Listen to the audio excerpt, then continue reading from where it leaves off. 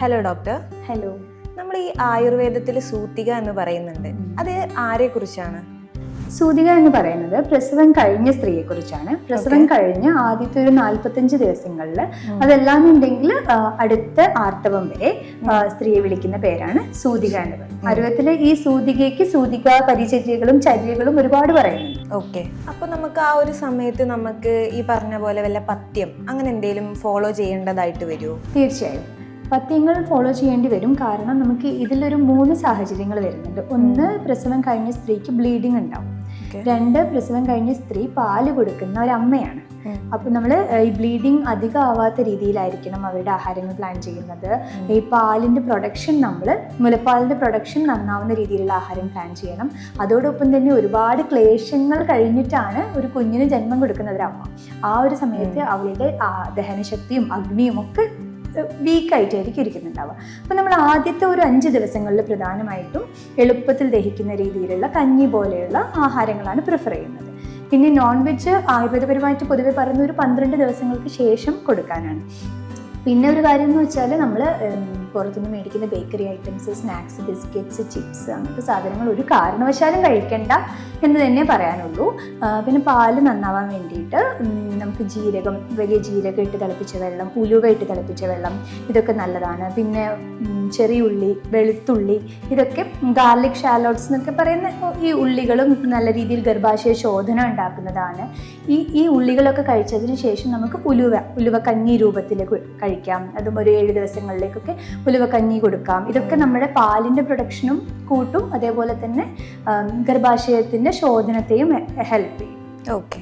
നമ്മൾ ഈ ഡെലിവറി കഴിഞ്ഞിട്ട് ഇപ്പോൾ കൃത്യ ഒരു ടൈം പീരീഡ് ഉണ്ടോ? അപ്പം നമുക്ക് എക്സസൈസ് സ്റ്റാർട്ട് ചെയ്യാൻ വേണ്ടിയിട്ട് മദേഴ്സിന് അങ്ങനെ കൃത്യമായൊരു ടൈം പീരീഡോ ഷെഡ്യൂൾ അങ്ങനെ എന്തെങ്കിലും ഉണ്ടോ? പ്രസവം കഴിഞ്ഞ സ്ത്രീകളെ നമ്മൾ മുന്നേ പറഞ്ഞ പോലെ 2ആയിട്ട് ഡിവൈഡ് ചെയ്യും. ഒന്ന് നോർമൽ ഡെലിവറി കഴിഞ്ഞ സ്ത്രീകൾ, ഒന്ന് C-സെക്ഷൻ കഴിഞ്ഞത്. ഇത് രണ്ടുപേർക്കും എക്സസൈസിൻ്റെ കാര്യത്തിൽ വരുമ്പം വളരെ ഡിഫറെൻ്റ് ആയിട്ടാണ് വരുന്നത്. നോർമൽ ഡെലിവറി കഴിഞ്ഞവർക്കാവുമ്പം അവർക്ക് ഒന്ന് അവരുടെ normal bleeding, postnatal bleeding complete ആയിട്ട് നിന്നു, അതേപോലെ എപ്പിസിയോട്ടമി വൂണ്ട് കംപ്ലീറ്റ് ആയിട്ട് ഹീലായി വരുന്ന ഈ ഒരു അവസ്ഥയിലെത്തിയാൽ പിന്നെ കീഗൽസ് എക്സസൈസ് സ്റ്റാർട്ട് ചെയ്യാൻ പറ്റും. അത് പെരിനിയൽ മസിൽസിനെയൊക്കെ സ്ട്രെങ്തൻ ചെയ്യാൻ വേണ്ടിയിട്ടുള്ള ബേസിക് എക്സസൈസസ് ആണ്. അതിനുശേഷം സൂതിക എന്ന ഒരു സമയത്തിന് ശേഷം, ലൈക്ക് അറൌണ്ട് 45 ഡേയ്സിന് ശേഷം അവർക്ക് ലോ ഇമ്പാക്ട് സ്ട്രെങ്ത് ട്രെയിനിങ് എക്സസൈസസിലേക്ക് മൂവ് ചെയ്യാം. പക്ഷേ അതൊരു C-സെക്ഷൻ കഴിഞ്ഞ സ്ത്രീ ആവുമ്പോൾ അവരുടെ ഡീപ്പ് ഹീലിംഗ് കുറച്ച് ടൈം എടുക്കുമല്ലോ. അതുകൊണ്ട് Kegels exercise is fine, just like normal delivery കഴിഞ്ഞവരെ പോലെ തന്നെ.